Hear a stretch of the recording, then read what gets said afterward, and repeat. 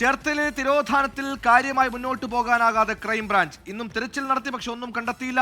നമ്മൾ ആദ്യം പോകുന്നതും ചേർത്തലയിലെ വാർത്തയിലേക്കാണ്. ചേർത്തലയിലെ തിരോധാന കേസുകൾ റഡാർ പരിശോധനയും പരാജയം. സെബാസ്റ്റ്യന്റെ വീട്ടിലും പെൺസുഹൃത്തിന്റെ വീട്ടിലും നടത്തിയ പരിശോധനയിൽ ഒന്നും കണ്ടെത്താനായില്ല. സെബാസ്റ്റ്യന്റെ വീട്ടിലെ അടുപ്പിൽ നിന്ന് കിട്ടിയ കത്തിക്കരിഞ്ഞ ലേഡീസ് വാച്ച് മാത്രമാണ് തെളിവായി ഇന്ന് ശേഖരിക്കാനായത്.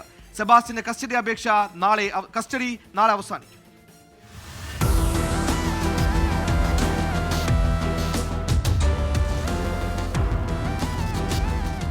സെബാസ്റ്റ്യന്റെ 2.5 ഏക്കർ വരുന്ന പുരയിടത്തിൽ മനുഷ്യശരീര അവശിഷ്ടങ്ങൾ ഉണ്ടോ എന്നുറപ്പിക്കാനുള്ള അവസാന പിടിവള്ളിയായിരുന്നു ഗ്രൗണ്ട് പെനിട്രേറ്റിംഗ് റഡാർ.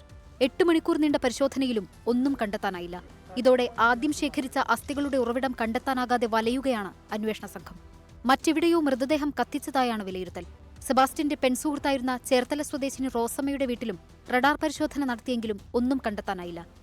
ഇല്ല, പരിശോധിക്കേണ്ട കാരണം ഇതുമാത്രം ബന്ധപ്പെട്ടിട്ടുള്ള സംശയത്തിൽ മുമ്പ് ഇവിടെ സെബാസ്റ്റ്യൻ ഇവിടെ വരാറുണ്ടായിരുന്നു. അതുകൊണ്ട് മാത്രം ഇവിടെ പരിശോധിച്ചെന്നുള്ളൂ. നമ്മൾ തീർച്ചയായിട്ടും ഇത് ഐഷയുടെ കേസുമായിട്ട് ബന്ധപ്പെട്ടിട്ടാണ് ഇവിടെ സെർച്ച് നടത്തിയിരിക്കുന്നത്.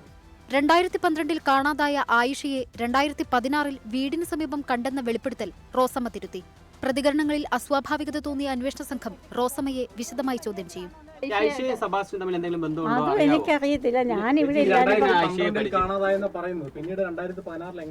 അതാ എനിക്കും അറിയത്തില്ല. ഞാൻ എന്റെ ആധാരത്തെ എഴുതിയേക്കുന്ന ഡേറ്റ് 2016. കണ്ടെത്തിയ അസ്ഥികളുടെ DNA പരിശോധനാ ഫലം നാളെ ലഭിക്കും. 24 ആലപ്പുഴ.